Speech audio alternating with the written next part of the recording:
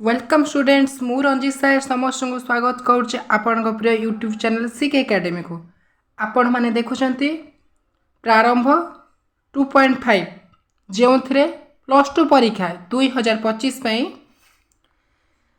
जो प्रतिदिन हेब सकाळे और संध्यारे क्लास संपूर्ण मागणारे तेणु आमर क्लास करने 4 जन सार एवं 4 जन मैडम अच्छा सत्य सार विश्व सार रंजित सार विश्वजित सार एवं ऋतु मैम ज्योति मैम दिव्या मैम मामनी मैम तो आमर 4 जन सार एवं 4 जन मैडम अच्छा चैनल टाक सबुदिन क्लास करेंगे एवं तुम्हें मैंने क्लास जॉइन हो जाओ आउ जदि भिडियोटी भल लगुच लाइक करूँ कमेंट करूँ शेयर करूँ आम सह जोड़ी ही रही आम चैनल टाक सब्सक्राइब करूँ।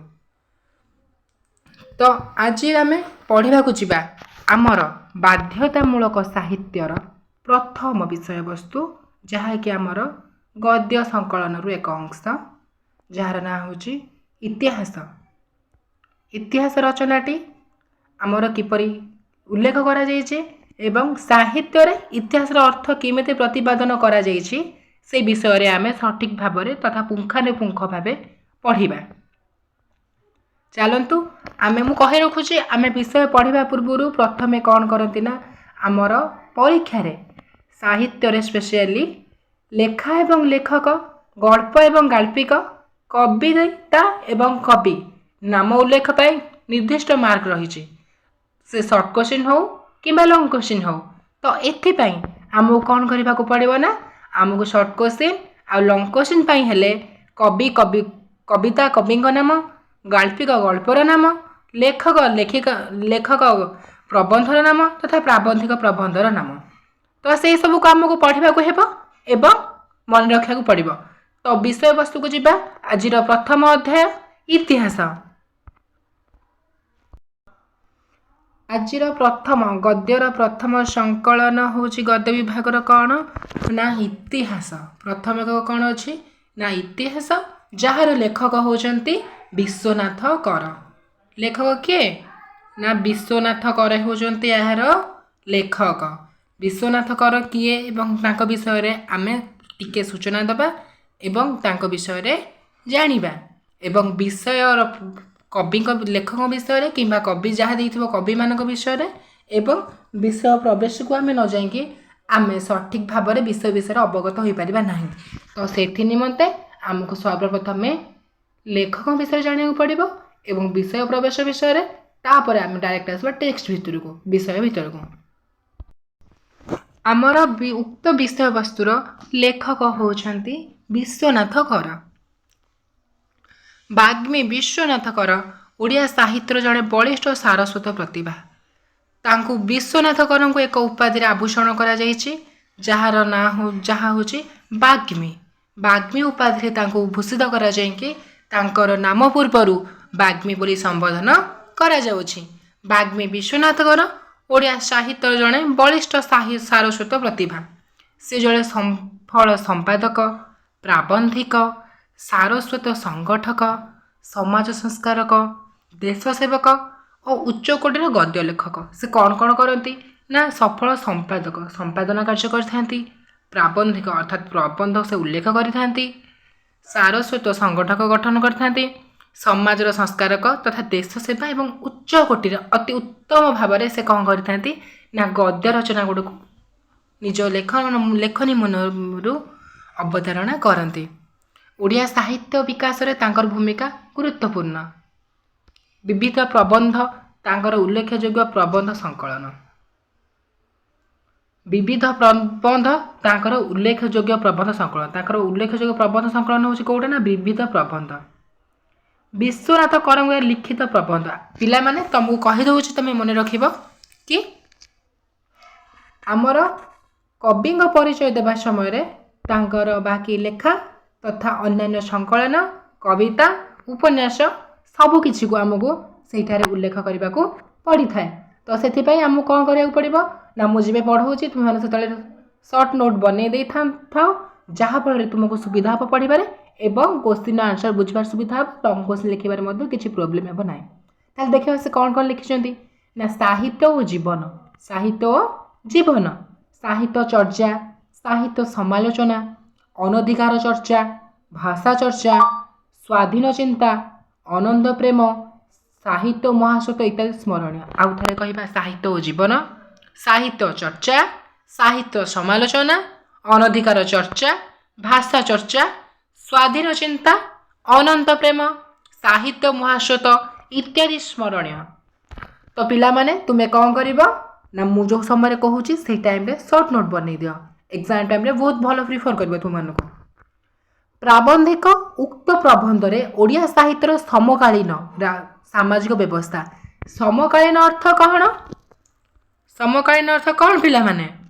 ନା ସମକାଳୀନ ଅର୍ଥ ହେଉଛି ଉକ୍ତ ସାହିତ୍ୟ ଯେଉଁ ସମୟରେ ଉଲ୍ଲେଖ କରାଯାଇଛି, ଉକ୍ତ ଗଦ୍ୟ ସଂକଳନରୁ ଯେଉଁ ସମୟରେ ଉଲ୍ଲେଖ କରାଯାଇଛି ସେ ସମୟର ସାମାଜିକ ବ୍ୟବସ୍ଥା ଓ ଅବସ୍ଥାକୁ ଆଲୋଚନା କରିବା। ରକ୍ଷଣଶୀଳତା ବିରୁଦ୍ଧରେ ବିଦ୍ରୋହ କରିଛନ୍ତି ମଧ୍ୟ। କ'ଣ କରିଛନ୍ତି ନା ପ୍ରାବନ୍ଧିକ ସମକାଳୀନ ସାମାଜିକ ବ୍ୟବସ୍ଥା। ସବୁ ସମୟରେ ଆମର ସାମାଜିକ ପରିସ୍ଥିତି ପରିବର୍ତ୍ତନ ହୋଇଥାଏ। ତ ସେବେକାର ସାମାଜିକ ବ୍ୟବସ୍ଥା ଓ ଅବସ୍ଥାକୁ ଆଲୋଚନା କରି ରକ୍ଷଣଶୀଳ ବିରୁଦ୍ଧରେ ବିଦ୍ରୋହ କରିଛନ୍ତି। ଇତିହାସ ପ୍ରବନ୍ଧଟି ବିବିଧ ପ୍ରବନ୍ଧରୁ ସଂଗୃହୀତ। ତାହେଲେ ଇତିହାସ ପ୍ରବନ୍ଧଟି ଆପଣ କେଉଁଠୁ ସଂଗୃହୀତ ହୋଇକି ଆସିଛି ନା ବିବିଧ ପ୍ରବନ୍ଧ। ଏଇଟା very important short question, very important. କ'ଣ ହେଇଛି ନା ଇତିହାସ ଆମର ଯେଉଁ ଆସିଛି ସେଇଟା କେଉଁଠୁ ତୁମର ଆସିଅଛି ନା ସେଇଟା ଆମର ଆସିଛି ବିବିଧ ପ୍ରବନ୍ଧ ସଂଗୃହୀତ ପ୍ରବନ୍ଧରୁ। କେଉଁଠୁ ଆସିଛି ଆମର ନା ବିବିଧ ପ୍ରବନ୍ଧ। ଆମର ବିବିଧ ପ୍ରବନ୍ଧ ଯେଉଁଗୁଡ଼ାକ ଯେଉଁ ଅଛି ସେଇଥିରୁ ଏଇଟା ଆସିଅଛି। ବିଶ୍ୱନାଥ କର ଓଡ଼ିଶାର ପ୍ରାଚୀନ ସାରସ୍ୱତ ପ୍ରତିଷ୍ଠାନ ଉତ୍କଳ ସାହିତ୍ୟର ସମାଜର ପ୍ରଥମ ସମ୍ପାଦକ। ଆମର ସର୍ଟ କ୍ୱେଶ୍ଚିନ୍ ଆସିବ କି ଓଡ଼ିଶାର ପ୍ରାଚୀନ ସାରସ୍ୱତ ପ୍ରତିଷ୍ଠାନ ଉତ୍କଳ ସାହିତ୍ୟ ସମାଜର ସମ୍ପାଦକ କିଏ? କିଏ ଥିଲେ ନା ବିଶ୍ୱନାଥ କର। କିଏ ଥିଲେ? ବିଶ୍ୱନାଥ କର। ବିଶ୍ୱନାଥ କର ଥିଲେ କ'ଣ ନା ଓଡ଼ିଶାର ପ୍ରାଚୀନ ସାରସ୍ୱତ ପ୍ରତିଷ୍ଠାନ ଉତ୍କଳ ସାହିତ୍ୟ ସମାଜର ପ୍ରଥମ ସମ୍ପାଦକ। ଏବେ ଦେଲା କ'ଣ ନା କବିଙ୍କର ଜନ୍ମ କେଉଁଠାରେ ହୋଇଥିଲା? ବିଶ୍ୱନାଥ କର କଟକ ଜିଲ୍ଲାର ମହାଙ୍ଗା ନିକଟସ୍ଥ ମୂଳବସନ୍ତ ଗ୍ରାମରେ ଜନ୍ମଗ୍ରହଣ କରିଥିଲେ।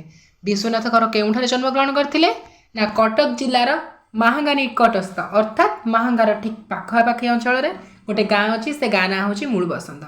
ତ ସେ ମୂଳବସନ୍ତ ଗ୍ରାମରେ ବିଶ୍ୱନାଥ କର ଜନ୍ମଗ୍ରହଣ କରିଥିଲେ। ତ ଆମକୁ ପ୍ରଥମେ ମନେ ରଖିବାକୁ ପଡ଼ିବ କବିଙ୍କ ନାଁ ବିଶ୍ୱନାଥ କର, ଜନ୍ମ 1864 ମସିହା, ମୃତ୍ୟୁ 1934 ମସିହା। ତାଙ୍କୁ ବାଗ୍ମୀ ଉପାଧିରେ ଭୂଷିତ କରାଯାଇଥିଲା। ତାପରେ ସେ କ'ଣ? ସେ ଜଣେ ସଫଳ ସମ୍ପାଦକ, ପ୍ରାବନ୍ଧିକ, ସାରସ୍ୱତ ସଂଗଠକ, ସମାଜ ସଂସ୍କାରକ, ଦେଶ ସେବକ ଏବଂ ଉଚ୍ଚ କୋଟିର ଗଦ୍ୟ ଲେଖକ। ବିଭିନ୍ନ ପ୍ରବନ୍ଧ ତାଙ୍କର ଉଲ୍ଲେଖଯୋଗ୍ୟ ପ୍ରବନ୍ଧ ଏବଂ ଅଲଗା ଗୁଡ଼ା କ'ଣ ନା ସାହିତ୍ୟ ଜୀବନ, ସାହିତ୍ୟ ଚର୍ଚ୍ଚା, ସାହିତ୍ୟ ସମାଲୋଚନା, ଅନଧିକାର ଚର୍ଚ୍ଚା, ଭାଷା ଚର୍ଚ୍ଚା, ସ୍ୱାଧୀନ ଚିନ୍ତା, ଅନନ୍ତ ପ୍ରେମ, ସାହିତ୍ୟ ମହାସ୍ରୋତ ଇତ୍ୟାଦି ସ୍ମରଣୀୟ। ଏବଂ ଏ ଯେଉଁ ଆମର ଅଛି ଇତିହାସ ପ୍ରବନ୍ଧଟି, ଏଇଟା ବିବିଧ ପ୍ରବନ୍ଧ ସଂକଳନରୁ ସଂଗୃହୀତ। ଏବଂ ଆଉ କ'ଣ ନା ତାଙ୍କର ବିଶ୍ୱନାଥ କର ଓଡ଼ିଶା ପ୍ରାଚୀନ ସାରସ୍ୱତ ପ୍ରତିଷ୍ଠାନ ଉତ୍କଳ ସାହିତ୍ୟ ସମାଜର ପ୍ରଥମ ସମ୍ପାଦକ ବୋଲି ଥିଲେ ଏବଂ ତାଙ୍କ ଘର କଟକ ଜିଲ୍ଲାର ମହାଙ୍ଗା ନିକଟସ୍ଥ ମୂଳବସନ୍ତ ଗ୍ରାମରେ। ଏବେ ଆମେ ଜାଣିଲେ ଏବେ କବିଙ୍କ ବିଷୟରେ। ବର୍ତ୍ତମାନ ଯିବା ଇତିହାସ ସମ୍ପର୍କରେ, ଅର୍ଥାତ୍ ଆମର ଯେଉଁ ଇତିହାସ ଗଦ୍ୟ ରହିଛି ସେ ବିଷୟରେ ଜାଣିବା। ଇତିହାସ ମାନବ ସମାଜର ଇତିବୃତ୍ତ ଚିହ୍ନଟ କରିଥାଏ। ଅର୍ଥାତ୍ ମାନବ ସମାଜର ଇତିବୃତ୍ତ ଅର୍ଥାତ୍ ମାନବ ସମାଜ କେମିତି ସୃଷ୍ଟି ହେଇଛି, କେଉଁ ସମାଜ କେମିତି ଗଠନ ହୋଇଛି ତାହାର ଇତିବୃତ୍ତ ଅର୍ଥାତ୍ ପୁରା ପୁଙ୍ଖାନୁପୁଙ୍ଖେ ଜନ୍ମରୁ ଅର୍ଥାତ୍ ପୁରା ଆଦ୍ୟଟାକୁ ଚିହ୍ନାଇଥାଏ। ଗୋଟିଏ ଜାତିର ଭାବଭୂମି ଇତିହାସକୁ ଆକଳନ କରାଯାଏ। ଗୋଟିଏ ଜାତିର ଭାବଭୂମିକୁ ଆମେ କେଉଁଠାରୁ ଆକଳନ କରିଥାଉ ନା ଇତିହାସରୁ ଆମେ ଆକଳନ କରିପାରୁ। ତେଣୁ ସଭ୍ୟତା ଓ ସମାଜର ବିକାଶରେ ଇତିହାସର ଭୂମିକା ଗୁରୁତ୍ୱପୂର୍ଣ୍ଣ। ତେଣୁ ସଭ୍ୟତା ଓ ସମାଜର ବିକାଶରେ ଇତିହାସର ଭୂମିକା ଗୁରୁତ୍ୱପୂର୍ଣ୍ଣ। ଇତିହାସ କେବଳ ରାଜା, ରାଜପୁରୁଷ ବା ପ୍ରଶାସନର ବିବରଣୀ ନୁହେଁ। ବହୁତ ଲୋକଙ୍କର ଭାବନା ଥାଇପାରେ କି ଇତିହାସ କେବଳ ରାଜା ଯେଉଁମାନେ ଅଛନ୍ତି କିମ୍ବା ବଡ଼ ବଡ଼ ଉଚ୍ଚ କୋଟିର ମଣିଷ ଅଛନ୍ତି, ମହାପୁରୁଷମାନେ ଅଛନ୍ତି, ତାଙ୍କମାନଙ୍କର ବିବରଣୀ ତା ନୁହେଁ। ଜାତିର ସାଧାରଣ ଜୀବନ, ସାଂସ୍କୃତିକ ଓ ନୃତାତ୍ତ୍ୱିକ ପରମ୍ପରା ଏଥିରୁ ଜଣାପଡ଼ିଥାଏ। କେବଳ ଆମର ରାଜା ମହାରାଜାମାନଙ୍କର ବିବରଣୀ ନୁହେଁ ଖାଲି ସେତିକିରେ, ସେଥିରେ ଦେଖାଯାଇଥାଏ ଆମର ସାମାଜିକ ଏବଂ ସାଂସ୍କୃତିକ ପରମ୍ପରା ମଧ୍ୟ ସେଥିରୁ ଜଣାପଡ଼ିଥାଏ। ପ୍ରାବନ୍ଧିକ ବିଶ୍ୱନାଥ କର ଜଣେ ଇତିହାସ ସଚେତନ ବ୍ୟକ୍ତି। ବିଶ୍ୱନାଥ କର କ'ଣ ନା ସେ ଜଣେ ଇତିହାସରେ ସଚେତନ ବ୍ୟକ୍ତି। ଇତିହାସର ଆବଶ୍ୟକତା ପ୍ରୟୋଜନତାକୁ ଉପଲବ୍ଧି କରି ସେ ରଚନା କରିଛନ୍ତି ଇତିହାସ ପ୍ରବନ୍ଧ। ଇତିହାସର ଆବଶ୍ୟକତାକୁ ସେ ସଠିକ୍ ଭାବରେ ଉପଲବ୍ଧି କରିଛନ୍ତି ଏବଂ ଇତିହାସକୁ ରଚନା ମଧ୍ୟ କରିଛନ୍ତି। ସ୍ୱ ଜାତିର ଇତିହାସକୁ ଅଧ୍ୟୟନ କରିବା ପ୍ରତ୍ୟେକ ସ୍ୱାଭିମାନୀ ବ୍ୟକ୍ତିର କର୍ତ୍ତବ୍ୟ ବୋଲି ସେ ଆଲୋଚକ ପ୍ରବନ୍ଧରେ ପ୍ରତିପାଦନ କରିଛନ୍ତି। ଅର୍ଥାତ୍ ସ୍ୱ ଜାତି, ଆମେ ହେଉଛୁ ଓଡ଼ିଆ ଜାତି, ତ ତୁମେମାନେ କ'ଣ କରିବ ନା ଆମ ଓଡ଼ିଆ ଜାତିର ଇତିହାସ ପଢ଼ିବା ପ୍ରତ୍ୟେକ ସ୍ୱାଭିମାନୀ ବ୍ୟକ୍ତିର ଏକ କର୍ତ୍ତବ୍ୟ ବୋଲି ସେ ପ୍ରବନ୍ଧରେ ପ୍ରତିପାଦନ କରିଛନ୍ତି। ଯେ ଓଡ଼ିଆ ଅଛନ୍ତି ନା ସେମାନେ କ'ଣ କରିବେ ନା ଓଡ଼ିଆର ଇତିହାସ, ଓଡ଼ିଶାର ଇତିହାସ ବିଷୟରେ ଭଲ ଭାବରେ ପଢ଼ିବାକୁ ତାଙ୍କୁ ପଡ଼ିବ ଏବଂ ସେ ଏହି ପ୍ରବନ୍ଧରେ ମଧ୍ୟ ସେଇଟାକୁ ଭଲ ଭାବରେ ଉଲ୍ଲେଖ କରି କହିଛନ୍ତି। ବର୍ତ୍ତମାନ ଆମେ ଯିବା ବିଷୟ ଭିତରକୁ, ଇତିହାସକୁ।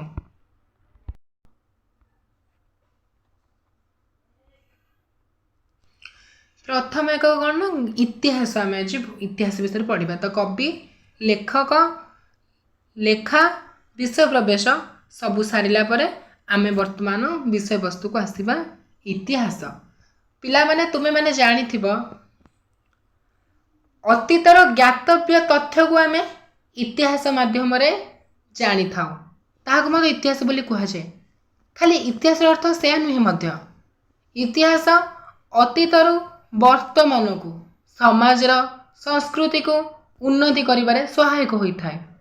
ସାମାଜିକ ସଂସ୍କୃତି ବ୍ୟବସ୍ଥା ସବୁକିଛିକୁ ସେ ଆଗେଇ ନେବାରେ ମଧ୍ୟ ସହାୟକ ହୋଇଥାଏ। ତାହା କେବଳ ଇତିହାସ ଦ୍ୱାରା ହିଁ ସମ୍ଭବ ହୋଇଥାଏ। ତ ଏବେ ବିଷୟବସ୍ତୁକୁ ଆମେ ଯିବା। କ'ଣ ଦେଲା ନା ଏ ସଂସାରରେ ସାଧାରଣତଃ ଦୁଇ ଶ୍ରେଣୀର ମଣିଷ ଦୁଷ୍ଟ ହୁଅନ୍ତି।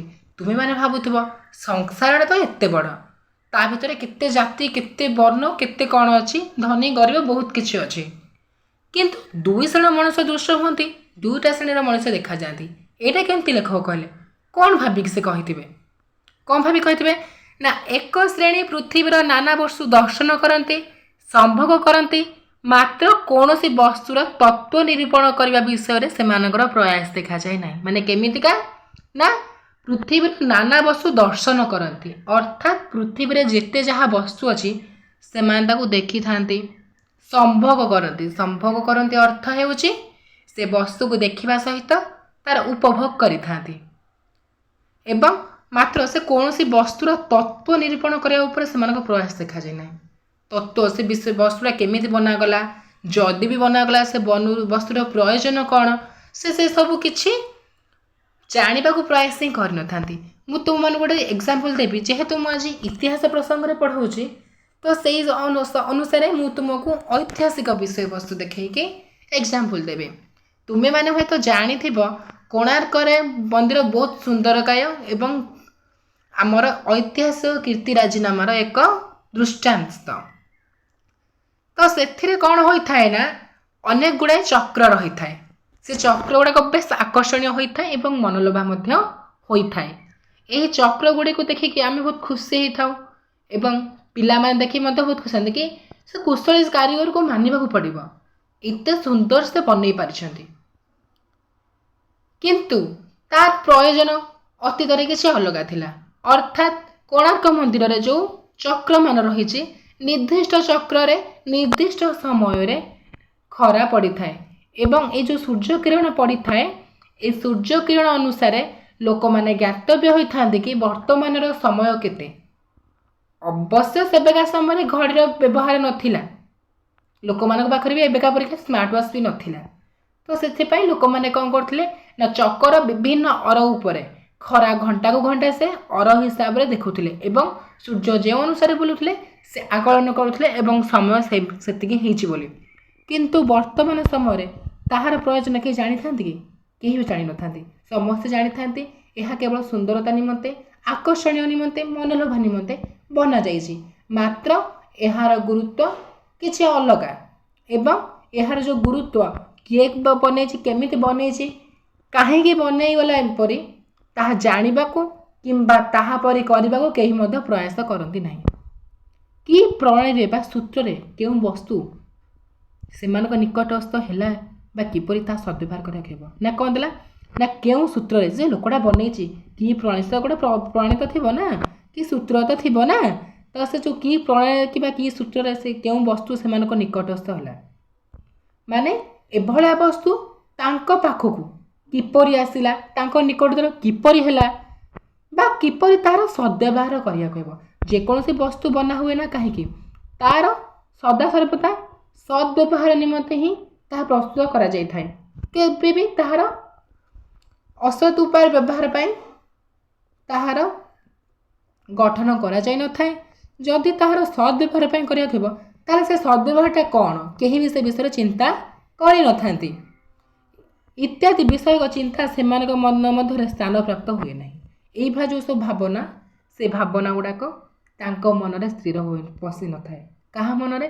ନା ପ୍ରଥମ ଶ୍ରେଣୀ ଯେଉଁମାନଙ୍କ ବିଷୟରେ ଲେଖକ କହି ଆସିଛନ୍ତି, ଏବଂ ଅପର ଶ୍ରେଣୀ ସୂକ୍ଷ୍ମ ଦୃଷ୍ଟି ସମ୍ପନ୍ନ ଚିନ୍ତାଶୀଳ, ଅର୍ଥାତ୍ ଏହି ଲୋକମାନେ ସୂକ୍ଷ୍ମ ଦୃଷ୍ଟି ସମ୍ପନ୍ନ, ଅର୍ଥାତ୍ ଗୋଟେ ଛୋଟରୁ ଛୋଟ ଜିନିଷକୁ ସେ ସୂକ୍ଷ୍ମ ଦୃଷ୍ଟିରେ ଦେଖନ୍ତି ଏବଂ ଚିନ୍ତା କରନ୍ତି। ଏହାର ଭୂମିକା କ'ଣ, ଏଇଟା କ'ଣ ପାଇଁ ସୃଷ୍ଟି ହେଇଛି ଏବଂ ଏହାର ସଦ୍ବ୍ୟବହାର କେମିତି ହେଇପାରିବ, ଏହା ଆମ ନିକଟତର କେମିତି ହେଇପାରିଲା, ତ ଏହିଭଳି ଚିନ୍ତା କରିବେ। ତ ଚିନ୍ତା କରିକି ଏହି ଶ୍ରେଣୀର ଲୋକମାନଙ୍କ ଦ୍ୱାରା ପୃଥିବୀର ନାନାବିଧ ଉନ୍ନତି ସଂସାଧିତ ହୁଏ। ସଂସାଧିତ ହେଉଛି ସଠିକ୍ ଭାବରେ ସମ୍ପାଦନା, ଅର୍ଥାତ୍ ଏହି ଶ୍ରେଣୀର ଲୋକମାନଙ୍କ ଦ୍ୱାରା ଏହି ଯେଉଁ ସୂକ୍ଷ୍ମ ଦୃଷ୍ଟି ସମ୍ପନ୍ନ ଚିନ୍ତାଶୀଳ ବ୍ୟକ୍ତି ରହିଲେ ସେମାନଙ୍କ ଦ୍ୱାରା ପୃଥିବୀରେ ନାନାବିଧ ଉନ୍ନତି ସଂସାଧିତ ହୋଇଥାଏ। ବିଭିନ୍ନ ପ୍ରକାର ଉନ୍ନତି କାର୍ଯ୍ୟ କେବଳ ସେଇମାନଙ୍କ ଦ୍ୱାରା ହିଁ ସମ୍ପାଦିତ ହୋଇଥାଏ। ପ୍ରକୃତପକ୍ଷେ ଏହି ଚିନ୍ତାଶୀଳତା, ସୂକ୍ଷ୍ମ ଦୃଷ୍ଟି ବା ତତ୍ତ୍ୱ ନିରୂପଣ ପ୍ରୟାସ ହିଁ ମନୁଷ୍ୟର ବିଶେଷ ଲକ୍ଷଣ। ପ୍ରକୃତପକ୍ଷେ ଏହି ଚିନ୍ତାଶୀଳତା, এই ଯେଉଁ ଚିନ୍ତାଶୀଳତା ବା ଭାବନା ଶକ୍ତି, ସୂକ୍ଷ୍ମ ଦୃଷ୍ଟି, ତତ୍ତ୍ୱ ନିରୂପଣତା ହିଁ ପ୍ରୟାସ ହିଁ ମନୁଷ୍ୟର ବିଶେଷ ଲକ୍ଷଣ। ଇଏ ହିଁ ସେହି ଲୋକମାନଙ୍କର ଏକ ବିଶେଷ ଲକ୍ଷଣ ହୋଇଥାଏ। ତାପରେ ପଢ଼ିବା, ଏହି ପ୍ରଭାବରେ ମାନବ ସମାଜରେ ବୈଷୟିକ ଓ ଆଧ୍ୟାତ୍ମିକ ସର୍ବବିଧ ଉନ୍ନତି ସଂସାଧିତ ହୋଇଥାଏ। ବୈଷୟିକ ହେଉ କିମ୍ବା ଆଧ୍ୟାତ୍ମିକତା ହେଉ ଏହି ବ୍ୟକ୍ତିମାନଙ୍କ ଦ୍ୱାରା ସଂସାଧିତ ହୋଇଥାଏ। ଜଣେ ଚିନ୍ତାଶୀଳ ପଣ୍ଡିତ କହିଛନ୍ତି, of the universal mind each individual man is an incarnation. କ'ଣ କହିଛନ୍ତି? ନା of the universal mind each individual man is an incarnation. ମନୁଷ୍ୟ ଯେ ଅନନ୍ତ ଦେବଙ୍କର ପ୍ରତିକୃତି, ଅର୍ଥାତ୍ ମନୁଷ୍ୟ ହେଉଛି ଦେବତାଙ୍କର ପ୍ରତିକୃତି, ଅର୍ଥାତ୍ ମନୁଷ୍ୟ ହେଉଛି ଦେବତାମାନଙ୍କର ହିଁ ସନ୍ତାନ। କେବଳ ଏହି ଶେଷାକ୍ତ ଶ୍ରେଣୀର ମନୁଷ୍ୟମାନଙ୍କ ପ୍ରତି ଦୃଷ୍ଟି ନିକ୍ଷେପ କଲେ ତାହା ବୁଝାଯାଏ। ଯେଉଁମାନେ ରହିଲେ ସୂକ୍ଷ୍ମ ଦୃଷ୍ଟି ସମ୍ପନ୍ନ ବ୍ୟକ୍ତି, ତାଙ୍କୁ ଲକ୍ଷ୍ୟ କଲେ ଜଣାପଡ଼େ ଯେ କ'ଣ ନା ଏହିମାନେ ହିଁ ଈଶ୍ୱରଙ୍କର ସନ୍ତାନ। ପ୍ରକୃତିସ୍ଥ ମନୁଷ୍ୟର ମନ ନିତ୍ୟ କ୍ରିୟାଶୀଳ, ଅର୍ଥାତ୍ ଏହା ସଦାସର୍ବଦା କ୍ରିୟାଶୀଳ ହୋଇଥାଏ। ଅନନ୍ତ ପ୍ରକୃତି ସଙ୍ଗେ ତାହାର ନିତ୍ୟ ଯୋଗ। ଅନନ୍ତ ପ୍ରକୃତି ଅର୍ଥାତ୍ ଭଗବାନଙ୍କ ଦ୍ୱାରା ଗଠନ କରାଯାଇଥିବା ପ୍ରକୃତି ସହିତ ତାହାର ଯୋଗ ବା ସଂଯୋଗ। ସେ ବର୍ତ୍ତମାନର ଜୀବ ହୋଇ ସୁଦ୍ଧା ଅନନ୍ତ ଅତୀତ ଅର୍ଥାତ୍ ଭଗବାନଙ୍କର ଅତୀତ ଏବଂ ଅନନ୍ତ ଭବିଷ୍ୟତ ଯାହାକୁ ଆମେ ଦେଖି ନାହିଁ ମଧ୍ୟ ତା ସାଙ୍ଗେ ଘନିଷ୍ଠ ଭାବରେ ସମ୍ବନ୍ଧ ରଖିଥାଏ। ପିଲାମାନେ, ତୁମକୁ ଗୋଟେ ଏକ୍ଜାମ୍ପଲ୍ ଦେଉଛି।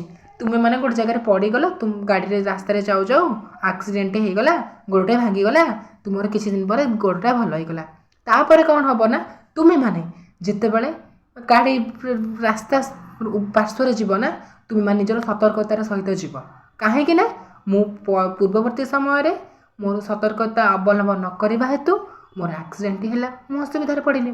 ତା'ର ଅତୀତ ସହିତ ସମ୍ପର୍କ ଅଛି। ଆଉ ଭବିଷ୍ୟତ ସହିତ କେମିତି ହେବା ରହିବ ନା ଭବିଷ୍ୟତରେ ଆମେ ଧର ପଢ଼ୁଛେ, କାହିଁକି ପଢ଼ୁଛେ? ଆମର ପରୀକ୍ଷାରେ ଭଲ ନମ୍ବର ପାଇବା ପାଇଁ, ଏବଂ ତା'ର ଭବିଷ୍ୟତରେ ହିଁ ସେଇଟା ହେବ, ଭଲ କି ଖରାପ। ଏବେ ତ ହେଉନାହିଁ ନା, ତ ଏବେ ଆମେ ପଢ଼ିଥିଲେ ଭବିଷ୍ୟତରେ ଆମେ ଭଲ କରିପାରିବା। ତ ଏବେ ମଧ୍ୟ ଭବିଷ୍ୟତର ଅତୀତ ସହିତ ସମ୍ପର୍କ ଘନିଷ୍ଠତା ଭାବରେ ରହିଛି। ଏହି ସମ୍ବନ୍ଧରୁ ବିଚ୍ଛିନ୍ନ ହେଲେ ଆମେ ମାନବ ଜାତିର ମୂଲ୍ୟ କିଛି ରହେ ନାହିଁ। ଯଦି ଆମେ ଏହି ସମ୍ବନ୍ଧ, ଆମେ ଅତୀତକୁ ମାନିବା ନାହିଁ କିମ୍ବା ଭବିଷ୍ୟତରେ କ'ଣ ହେବ ତାକୁ ବେଖାତିର କରି ବୁଲିବା, ତ ଆମେ ମାନବ ଜୀବନର ମୂଲ୍ୟ ହିଁ କିଛି ରହିବ ନାହିଁ। ଆମର ମାନବ ଜୀବନ ବୋଲି ହିଁ ଆମର କିଛି ରହିବନି, ଏବଂ ଯଦି ବି ରହିଲା ତାହା ଏକ ମନୁଷ୍ୟ ରୂପେ ଗଣା ହେବ ନାହିଁ। ଆମେ ଗୋଟେ ଅମଣିଷ ହେଇକି ଉଭା ହେବା ଭବିଷ୍ୟତରେ। ବର୍ତ୍ତମାନ ଯାହା କିଛି ଆମ୍ଭମାନଙ୍କ ନୟନ ଗୋଚର ହୁଏ, ନୟନ ଗୋଚର ହୁଏ ମାନେ ହେଉଛି ଯାହା ଆମ ଆଖି ସାମ୍ନାରେ ପଡ଼ିଥାଏ। ପିଲାମାନେ, ତୁମେମାନେ ଘରୁ ସକାଳୁ ଉଠ ଶୋଇବା ଯାଏ ଯାହା ବି ତୁମେମାନେ ଦେଖୁଛ ସମସ୍ତେ ଅତୀତର ସନ୍ତାନ। ତୁମେ ବି ମଧ୍ୟ ସମସ୍ତେ ଅତୀତର ସନ୍ତାନ। ଯାହା ତୁମେ ଦେଖୁଛ କୀର୍ତ୍ତି ରାଜିନାମା କଳା ସଂସ୍କୃତି ସ୍ଥାପତ୍ୟ ସବୁକିଛି ଅତୀତର ଏକ ସନ୍ତାନ। ତୁମେ ବି ମଧ୍ୟ ଅତୀତର ଏକ ସନ୍ତାନ। ଏହି ଜ୍ଞାନ ବିଜ୍ଞାନ ସମ୍ପନ୍ନ ବିଂଶ ଶତାବ୍ଦୀର ସଭ୍ୟତମ ମାନବ ସମାଜ ଭିତ୍ତିଭୂମି କ'ଣ? ଆଉ ପଚାରୁଛନ୍ତି କ'ଣ ତୁମେମାନେ ଯାହା ଦେଖୁଛ କ'ଣ ଏସବୁ ତୁମର ଏବେକା ବିଜ୍ଞାନ ଯୁଗର ବିଂଶ ଶତାବ୍ଦୀର ବିଜ୍ଞାନ ଯୁଗର କ'ଣ ଭିତ୍ତିଭୂମି କି? ପାଦ ମୂଳରୁ ଯେତେ ନିମ୍ନ ଦେଶକୁ ଅବତରଣ କର ଦେଖିବ କେବଳ ନରକଙ୍କାଳ। ତୁମର ପାଦ ଅଛି ଯେଉଁଠି ଭୂମିରେ ଭୂମି ତଳକୁ ଦେଖି ଚାଲ ଖାଲି ମିଳିବ କ'ଣ? କେବଳ ନରକଙ୍କାଳ ଅର୍ଥାତ୍ ମନୁଷ୍ୟର ମୃତ ଶରୀର। ବର୍ତ୍ତମାନ ଅବସ୍ଥା ଲାଭ କରିବା ପାଇଁ କେତେ ରାଶି ରାଶି ନରଦେହ ପତିତ ହୋଇଅଛେ। ଏହି ବର୍ତ୍ତମାନ ଆମେ ଯେଉଁ ଅବସ୍ଥାରେ ଅଛେ ମତଲବ ଆମ ଯେଉଁ ସଭ୍ୟତାରେ ଉପନୀତ ହୋଇପାରୁଛେ କିମ୍ବା ଆମେ କ'ଣ ହେଉଛି ନା ଆମେ ଯେଉଁ ସଭ୍ୟତାରେ ପହଞ୍ଚି ପାରିଛେ ଉନ୍ନତିରେ ପହଞ୍ଚି ପାରିଛେ ତ ସେଥିରେ କ'ଣ ହୋଇଛି ନା ନରକଙ୍କାଳ ବହୁତ କିଛି ସେ ପାଇଁ ଯାଇଛି ଏବଂ ଆମର ପୂର୍ବବର୍ତ୍ତୀ ଆମର ସମସ୍ତ ଜନମାନସ ତଥା ଆମର ବଡ଼ ବଡ଼ୁଆ ଯେଉଁମାନେ ରହିଲେ ସେମାନେ କ'ଣ କରିଛନ୍ତି ନା ନିଜ ଜୀବନକୁ ନରକଙ୍କାଳରେ ସଜାଇ ଦେଇଛନ୍ତି। ବର୍ତ୍ତମାନ ଅବସ୍ଥା ଲାଭ କରିବା ପାଇଁ କେତେ କେତେ ରାଶି ନରଦେହ ପତିତ ହୋଇଛି। କେତେ ଯେ ଦେହ ପତିତ ହୋଇଛି ମୃତ୍ୟୁରେ ପଡ଼ିଛି ତାହା କେହି କଳନା ବି କରିପାରିବେନି। ଗୋଟିଏ ଫରାସୀ ରାଷ୍ଟ୍ର ବିପ୍ଳବ କଥା ସ୍ମରଣ କଲେ ଆମ୍ଭମାନଙ୍କର ହୃତ୍କମ୍ପନ ଉପସ୍ଥିତ ହେବ। ମାନେ ଏତେ ଭୟାନକ ସେ ଦୃଶ୍ୟ ଆମେ ଯଦି ମନେ ପକାଇବା ନା ତାହେଲେ ଆମ ହୃତ୍କମ୍ପ ଉପସ୍ଥିତ ହୁଏ। ଲକ୍ଷ ଲକ୍ଷ ମହାପ୍ରାଣୀଙ୍କ ବିନାଶ ବାର୍ତ୍ତା ଶ୍ରବଣ କରି ଦୁଃଖରେ ଶୋକରେ ପ୍ରାଣ ଅବସନ୍ନ ହୋଇପଡ଼େ। ଲକ୍ଷ ଲକ୍ଷ ମଣିଷ ଗୋଟେ ନୁହେଁ କି ଦଉଟି ନୁହେଁ ଲକ୍ଷ ଲକ୍ଷ ମଣିଷ ପୁଣି ମହାପ୍ରାଣୀ ଅର୍ଥାତ୍ ସେମାନେ ଭଲ ମଣିଷ ଥିଲେ ଯେଉଁମାନଙ୍କ ପାଇଁ ଆମେ ଦୁଃଖରେ ପଡ଼ିବା ଏବଂ ଶୋକରେ ପ୍ରାଣ ଅବସନ୍ନ ହୋଇପଡ଼େ। ମାତ୍ର ଚିନ୍ତା କରି ଦେଖିଲେ ବର୍ତ୍ତମାନ ଉନ୍ନତି ଗାତ୍ରରେ ସେହିପରି ସହସ୍ର ବିପ୍ଳବର ବିଚରଣ ଲିଖିତ ରହିଥିବା ପ୍ରତ୍ୟକ୍ଷ କରି ହୃଦୟ ମନ ସ୍ତମ୍ଭିତ ହୋଇଯିବ। ମାତ୍ର ଚିନ୍ତା କରି ଦେଖିଲେ ବର୍ତ୍ତମାନ ଉନ୍ନତିର ଗାତ୍ରରେ ଏପରି ସହସ୍ର ବିପ୍ଳବ ଲିଖିତ ରହିଥିବା ପ୍ରତ୍ୟକ୍ଷ କରି ହୃଦୟ ମନ ସ୍ତମ୍ଭିତ ହୋଇଯାଏ। ଏତେ ଲୋକ ସଂଖ୍ୟକର ନର କଙ୍କାଳ ସାଜିଛନ୍ତି। ପୁଣି ଏହି ପ୍ରତ୍ୟକ୍ଷୀଭୂତ ବିପ୍ଳବ ରାଶି ଛଡ଼ା ନୀରବ ଦେହପାତ୍ର ସଂଖ୍ୟା କେତେ ତାହା କିଏ ବା ଗଣନା କରିପାରେ? ଖାଲି ଏତିକି ନୁହଁ ନୀରବ ଦେହପାତ୍ରରେ ମଧ୍ୟ କେତେ ସଂଖ୍ୟା ଗଢ଼ିଛି ଦେହ ମୁଣ୍ଡ ଗଢ଼ିଛି ତାହା ବି କେହି ଗଣନା କରିପାରିବେ ନାହିଁ। ପିତା ମାତ୍ରା ଶୁକ୍ର ଶ୍ରେଣୀତରେ ସନ୍ତାନର ଉତ୍ପତ୍ତି। ପିତାମାତାଙ୍କ ଠାରୁ ହିଁ ସନ୍ତାନ ଶୁକ୍ରରୁ ହିଁ ସନ୍ତାନର ଉତ୍ପତ୍ତି।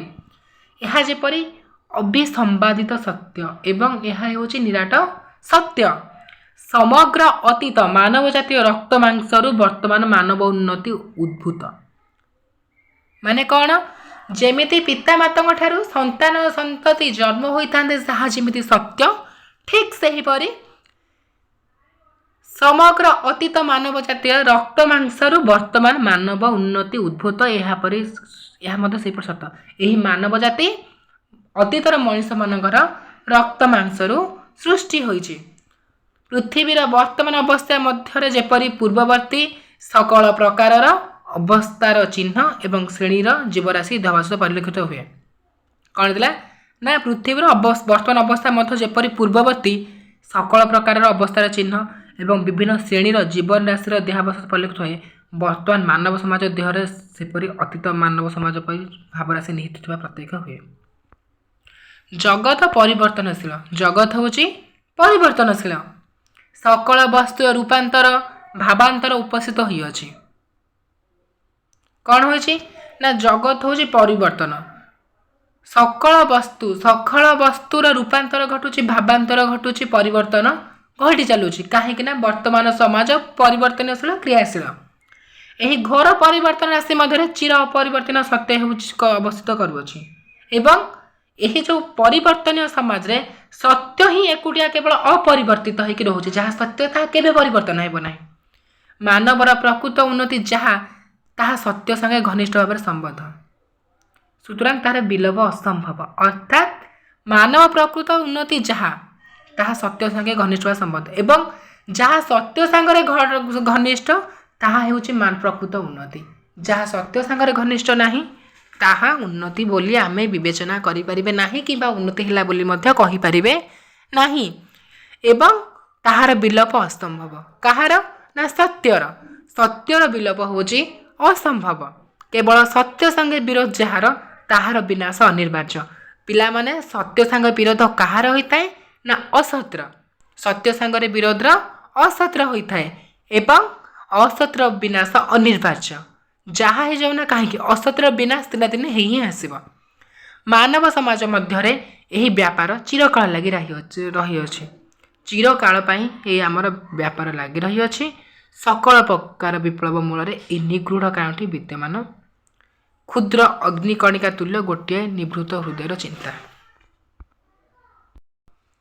परिव्याप्त होई अग्निकांड प्रकांड अग्निकांड उपस्थित करे एवं तद्वारा राशि राशि असत्य अन्याय असाम्य अपवित्रता सूक्ष्म तुलराशि तुल्य भस्मीभूत हो जाए एवं कौन कहते ना सत्य परिव्याप्त होई प्रकांड अग्निकांड उपस्थित करे कौन करे ना प्रचंड अग्निकांड उपस्थित करे एवं तद्वारा राशि राशि असत्य अर्थात अधिक रु अधिक असत्य अन्याय असाम्य अपवित्रता सूक्ष्म तृणराशि अर्थात सूक्ष्म तृणराशि अर्थात हूँ सुखिला घास अर्थात सुखिला घास हो पारे सुखिला घास जातीय सब वर्ष उद्भित हो पारे सुखिला घास जोपर सुखी साइला परे प्रचंड अग्नि रे पूरा भस्म हो जाए ठीक सही परे असत्य सत्य आगे सूक्ष्म तृणराशि परी भस्मीभूत हो जाए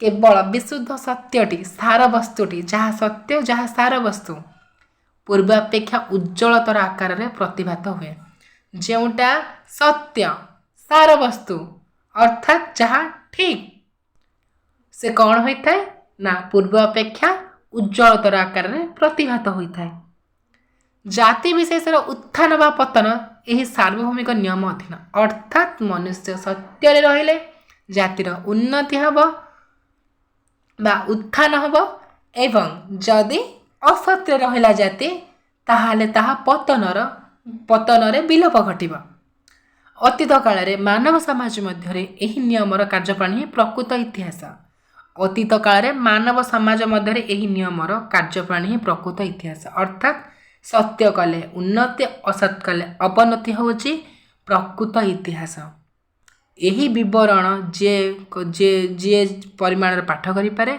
से सही परिमाण इतिहासज्ञ जे जेते सत्य करि परिबो एवं निज जीवन को सठिक भाव सत्य करि जीवन को रखिबो से निजको सेते परिमाण इतिहासज्ञ करिबो एवं समाज रे निजको सठिक भाव रे सठिक मनुष्य भाव रे गढ़ी तोली परिबो तो पिला माने तुम मानकु पुणी थरे आउ थरे कहि दोछि कोन कहिछि ना सत्य एवं असत्य विषय रे कवि कहिसंती एवं सत्य निकटरे असत्य कौन होइथाय ना असत्य अन्याय असाम्य अपवित्रता सूक्ष्म तृणराशि तुल्य भस्मीभूत हो जाए कौन होता है ना सूक्ष्म तृणराशि भली सुखिला घास परिका भस्मीभूत हो जाए यहाँ ही विशुद्ध सत्य अर्थात निराट सत्य एवं सार वस्तुटी अर्थात जहाँ सठिक जहाँ सत्य ताहा पूर्वापेक्षा उज्ज्वलतर हो आकाश रे प्रतिपादित हुए एवं यह हूँ जाति विशेषर उत्थान पतनर नियम एवं सत्य कले उत्थान होता है उच्चतर होता है जाति एवं असत्य कले निम्नतर को होता पारे तो पिला माने जदि आपन क्लास टी भल लगे ताहले क्लास चैनल टी को लाइक सब्सक्राइब करदेवे एवं वीडियो टे लाइक कमेंट शेयर करदेवे एवं आमे तो प्रथम आरंभ करिले पढ़िबा एवं यार द्वितीय भाग तथा अलग समस्त विषय आपन को भेटी दिया जिवो अलग समस्त विषय वस्तु एवं 2025 वर्षर परीक्षा बहुत भल हेबो बोली आशा करा जाउछि भल भी मध्य हबो तुमे माने एबेठो पढ़ा पढ़ी रे मन दियो एवं नेक्स्ट पार्ट रे आमे आगु पढ़िबा सठिक भाव रे जे भाव रे तुमानु कहली तुमे माने से भाव रे पढ़ी चलो एवं जे ठारे तुम मानकु जो ठारे तुमको किसी डाउट रहिबो तो तुमे माने चाहिए मते कमेंट सेक्शन ने कमेंट करि परिबो एवं त्रुटि थिले मते कहि परिबो मु ता संशोधन करि देबे।